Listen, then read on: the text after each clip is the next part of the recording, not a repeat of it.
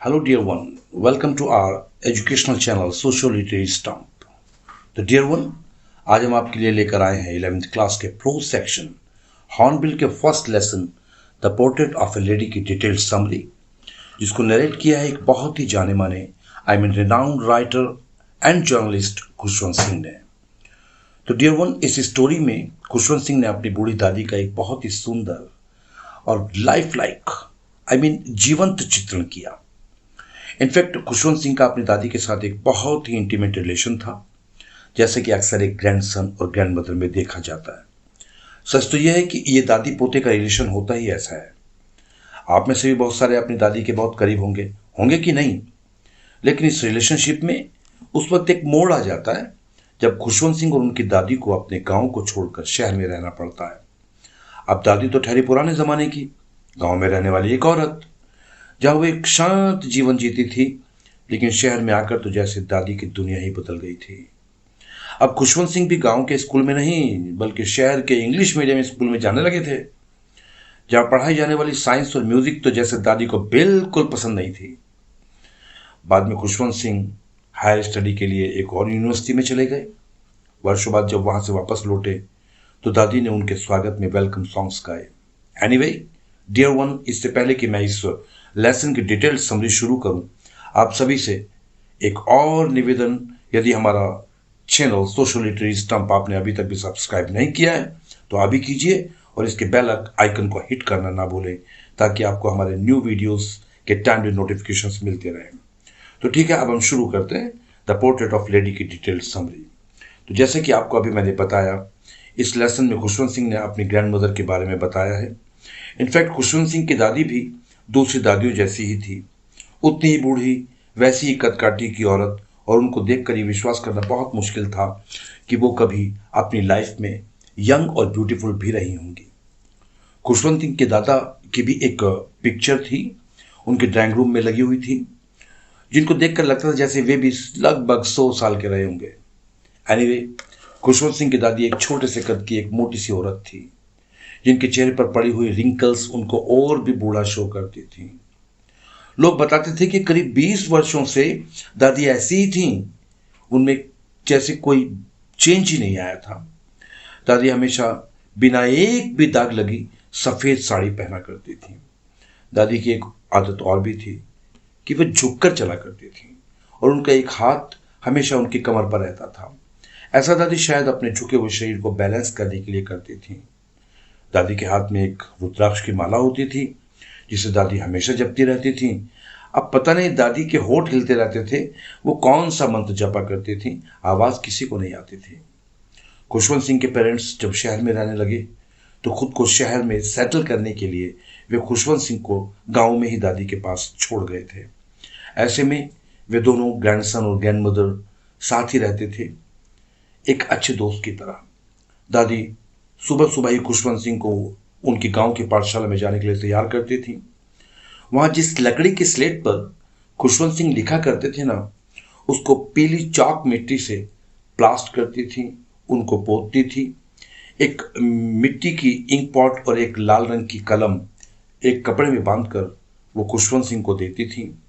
एक मोटी बासी रोटी, उस पर लगा हुआ मक्खन और चीनी खुशवंत सिंह को क्योंकि ये बहुत पसंद था, इसलिए खुशवंत सिंह सुबह उसको खाकर स्कूल जाते थे। और जब खुशवंत सिंह को लेकर गांव के मंदिर में दादी जाती थी, क्योंकि वो पाठशाला जो थी वो मंदिर के पास ही थी, तो वे अपने साथ में रात की बची हुई बहुत सी बासी रोटियां लेकर जाती थी, ताकि वहां रास्ते में आने वाले कुत्तों को वो रोटियां खिला सके। जब तक खुशवंत सिंह अपनी पाठशाला में रहते थे ना, तब तक दादी वहीं मंदिर में बैठी धार्मिक पुस्तकें पढ़ती रहती थी। और फिर अचानक दोनों दादी और पोते की जिंदगी में एक मोड़ आया। उन दोनों को खुशवंत सिंह के माता पिता ने शहर बुला लिया। अब शहर में ना वो गांव जैसी पाठशाला थी और ना वहां जैसे वो कुत्ते जिन्हें दादी रोटियां खिलाया करती थी। सब कुछ बदल गया था जैसे। अब खुशवंत सिंह भी अपनी स्कूल वैन में बैठकर अपने इंग्लिश मीडियम स्कूल में जाया करते थे। डिफरेंट पढ़ाई होने के कारण अब दादी और पोते में मिलना भी बहुत ही कम हुआ करता था, क्योंकि उनके कमरे भी अलग अलग थे। दादी ये सोचकर अक्सर उदास और परेशान हो जाया करती थी कि अब उसके पोते को धार्मिक पुस्तकें और प्रार्थनाएं नहीं सिखाई जाती थीं, बल्कि उनकी जगह साइंस और म्यूजिक सिखाया जाता था, जिसे दादी बिल्कुल अच्छा नहीं मानती थी। अब एक वक्त ऐसा भी आया जब खुशवंत सिंह को अपनी आगे की पढ़ाई करने के लिए दूसरी यूनिवर्सिटी जाना पड़ा। उसकी पढ़ाई में कोई डिस्टरबेंस ना हो, इसलिए अब उसको एक अलग कमरा दे दिया गया था।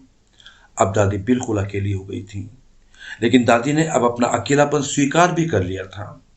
वो लगभग दिन भर अपना चरखा चलाती थी।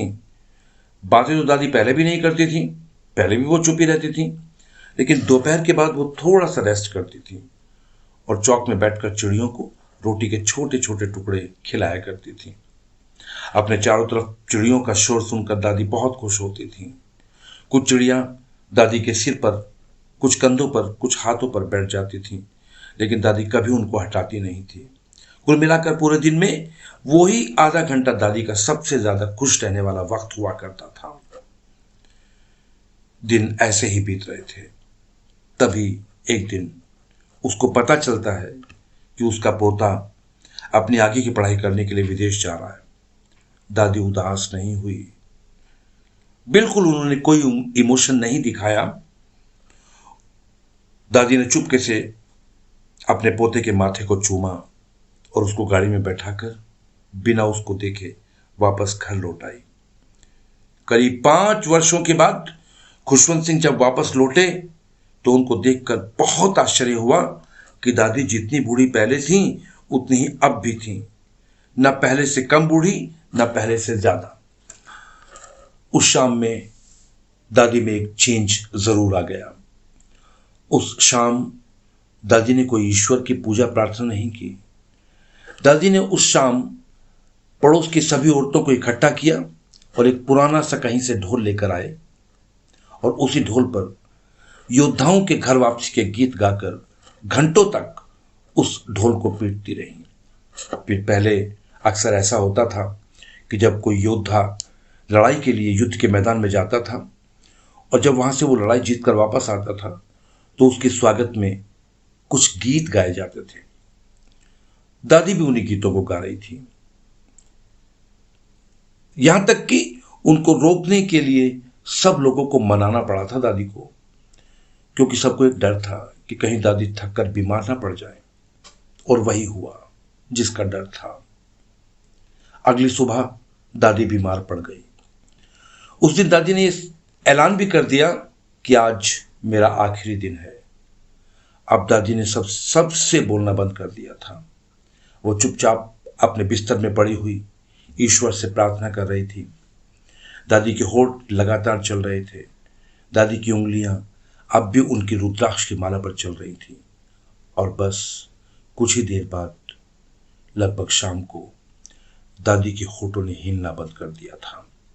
दादी की माला उनकी उंगलियों से अलग होकर बिस्तर पर गिर गई थी। दादी मर चुकी थी। परिवार वालों ने दादी की डेड बॉडी को जमीन पर लिटा दिया था।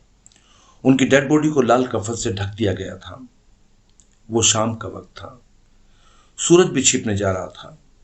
लोग एक लकड़ी की अर्थी लेकर आए, लेकिन वे घर के आधे आंगन तक ही आ पाए थे। उनको रुकना पड़ा। जानते हो क्यों? क्योंकि वे चिड़िया जिन्हें दादी रोजाना रोटी के छोटे छोटे टुकड़े खिलाया करती थी, दादी की डेड बॉडी को घेर कर बैठी हुई थी, एकदम शांत। कहीं कोई चहचहाट नहीं थी उनकी।